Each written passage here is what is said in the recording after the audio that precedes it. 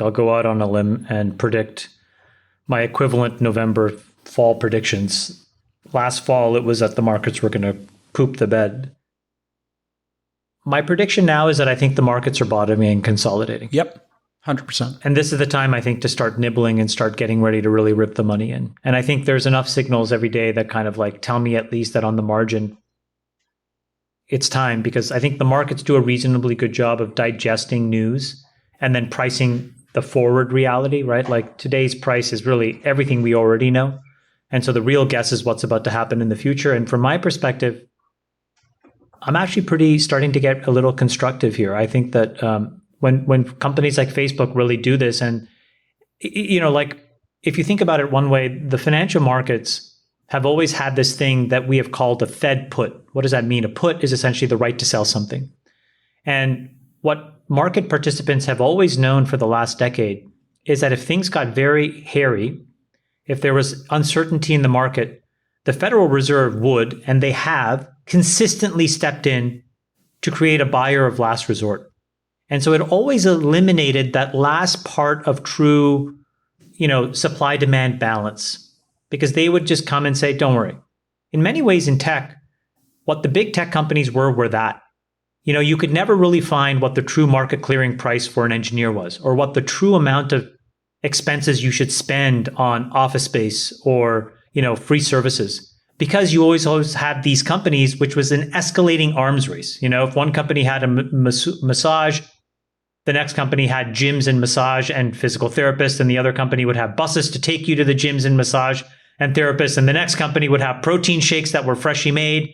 And it just kept escalating and escalating because the costs didn't matter. And they wanted, if nothing else, to get that marginal engineer or product manager or business person to work at their company, which eliminated the risk that they would actually start something to disrupt them. So when you take this big tech put out of the market, you will get true price discovery, and you will find out what the real price should be for this kind of an engineer, that kind of a product manager. You'll find out what are the real expenses you need to bear in order to build a real lasting business. And you'll be able to sort through all of that stuff out. So I think it's a really good moment. And again, it's yet another indication to me that I think broadly speaking, the markets are now starting to stabilize. All the irrational behavior is starting to exit the system. The party is in the last few hours. Volume's going down. The alcohol is being taken away. People are hanging around with a little bit. Lights are coming on. They're like, oh, I've been here a little too long. And I think that that's a very healthy process for an economy. And I think that that's what's happening right now. So I'm constructive. I'm a little bullish. I'll go out on a limb. I think, we could be 3 to 5% from the lows, but we're more near the lows than the highs. We will also relive what we have empirically known to be true, and it's been pretty well proven. The investments that one makes in this period will probably be the best for many, many years to come because they'll have the most asymmetric upside. And that was true in 2008 and 9 and 10. It was true in 2002, 3, and 4. You're talking incredible companies just in those two periods. Think about this: Atlassian, Tesla, Uber, Google, Airbnb, Uber, Instagram, WhatsApp.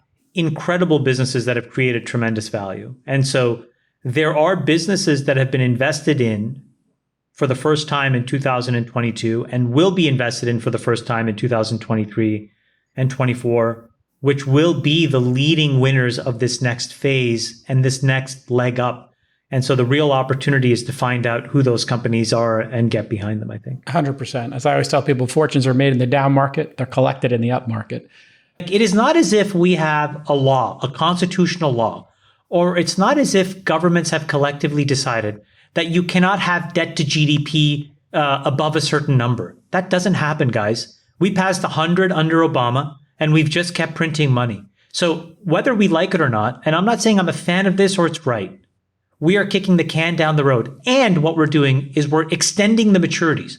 I think the Liz Truss thing is really actually a microcosm of how, unfortunately, Western governments are working. But I think there's a silver lining. Like, she basically came in a day after she got elected and said, okay, guess what, guys? At the same time, I'm going to massively cut taxes and I'm going to give you fiscal stimulus. I'm going to cap your energy bills and I'm going to have these huge transfer payments from the government into the hands of British citizens. I'm not going to comment on whether that's right or wrong.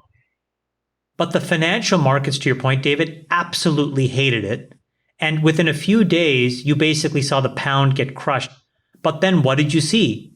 You saw the Bank of England decide that financial stability was more important than financial viability, meaning the things that she wanted to do were not viable.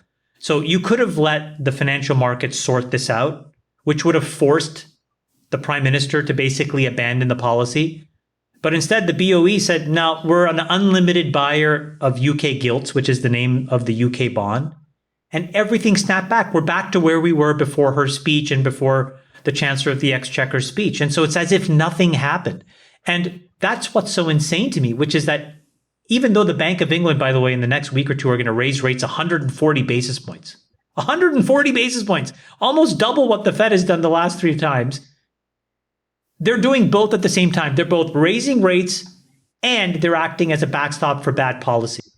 And this is what's wrong right now in the world. We do not have a real check and balance. And so my point to Friedberg is just that I'm like emotionally on your side. But the problem is, if these folks keep getting bailed out, David, they're just going to keep doing this stuff and there's no end in sight. Well, the consumer doesn't get bailed out. So that if you look at it on a micro basis instead of a macro basis, you're correct. These governments will just bail people out, even if they make bad decisions, as we're seeing. But then the person whose variable interest mortgage just kicked in has $500 less a month in savings. So they're now not going to buy an iPhone 14. They're not going to upgrade their car every 6 years. They're going to do it every 8 years. So the demand destruction that's happening is going to be quite severe, and that's going to reduce monetary velocity, and then we restart. Mark my words, the Federal Reserve will intervene.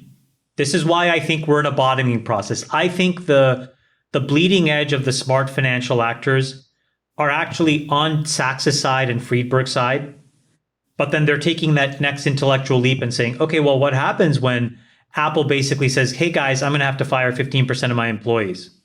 I think what happens is the Fed intervenes. And I'm just using Apple as an example. But there is a threshold of demand destruction, Jason. I think you're right, where we have the Fed come back on the table and the markets just go bonkers.